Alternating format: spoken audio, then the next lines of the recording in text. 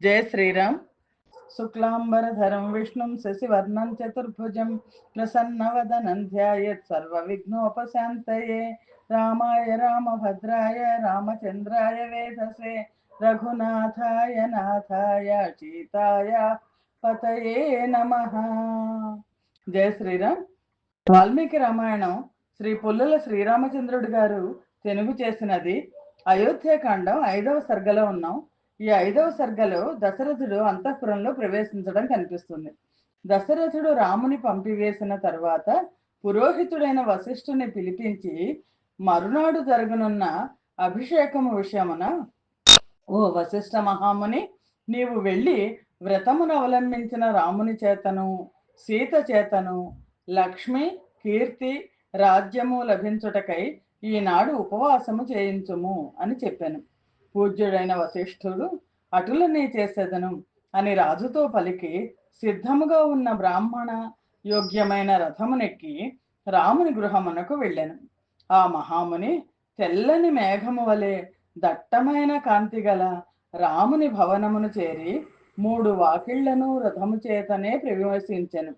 రాముడు తన ఇంటికి వచ్చిన ఆ ఋషీశ్వరుని పూజించుటకై తొందరపాటుచే తొట్రుపడుచు ఇంటి నుండి బయటకు వచ్చి వశిష్ఠుని రథము దగ్గరకు వెళ్ళి స్వయముగా ఆయనను పట్టుకొని రథము నుండి క్రిందికి దింపెను. వశిష్ఠుడు కూడా వినయవంతుడు, ప్రియవచనములకు తగినవాడు అయిన ఆ రాముని కుశల ప్రశ్నలచే ప్రసన్నను చేసుకొని అతనిని ఆనందింపచేయుచు, రామ, నీ తండ్రి నీ విషయమున ప్రసన్నుడైనాడు. రేపు యవ్వరాజ్యాభిషేకమును పొందగలవు. అందుచే నీవును సీతయు ఈనాడు ఉపవాసము చేయవలెను. నీ తండ్రి నిన్ను ప్రేమపూర్వకముగా రేపు ప్రాతకాలముననే యవ్వరాజ్యమునందు అభిషేకింపనున్నాడు అని పలికెను. వశిష్ఠుడు రామునితో ఇట్లు పలికి వైదేహి సహితుడైన అతనిచే అప్పుడు మంత్రపూర్వకముగా ఉపవాసము చేయించెను. పిమ్మట రాముడు రాజగురువైన ఆ వశిష్ఠుని యథోచిత రీతిని పూజించెను. వశిష్ఠుడు కూడా రాముని అనుజ్ఞ పొంది అతని గృహము నుండి వెళ్ళిపోయాను. రాముడు కొంత సమయము ప్రియ సంభాషణము చేయు మిత్రులతో గడిపి వారిచే గౌరవించబడిన వాడే సర్వ విధముల వారి అనుజ్ఞ పొంది అంతఃపురములోనికి వెళ్ళెను. రాముని భవనము సంతోషించిన స్త్రీ పురుషులతో మదించిన పక్షులు గలది, వికసించిన పద్మములు గలది అయిన సరస్సు వలె ప్రకాశించెను. వశిష్ఠుడు రాజభవనం వలె ఉన్న రాముని భవనం నుండి బయలుదేరి జనులతో నిండి ఉన్న మార్గమును చూచెను.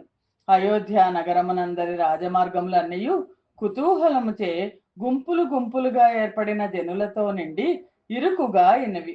అప్పుడు తరంగముల వలె ఉన్న జన సమూహముల సంఘర్షణము వలన కలిగిన ధ్వనియు హర్షధ్వనియు కలియుటచే రాజమార్గమునందలి ధ్వని సముద్ర ఘోష వలె ఉండెను.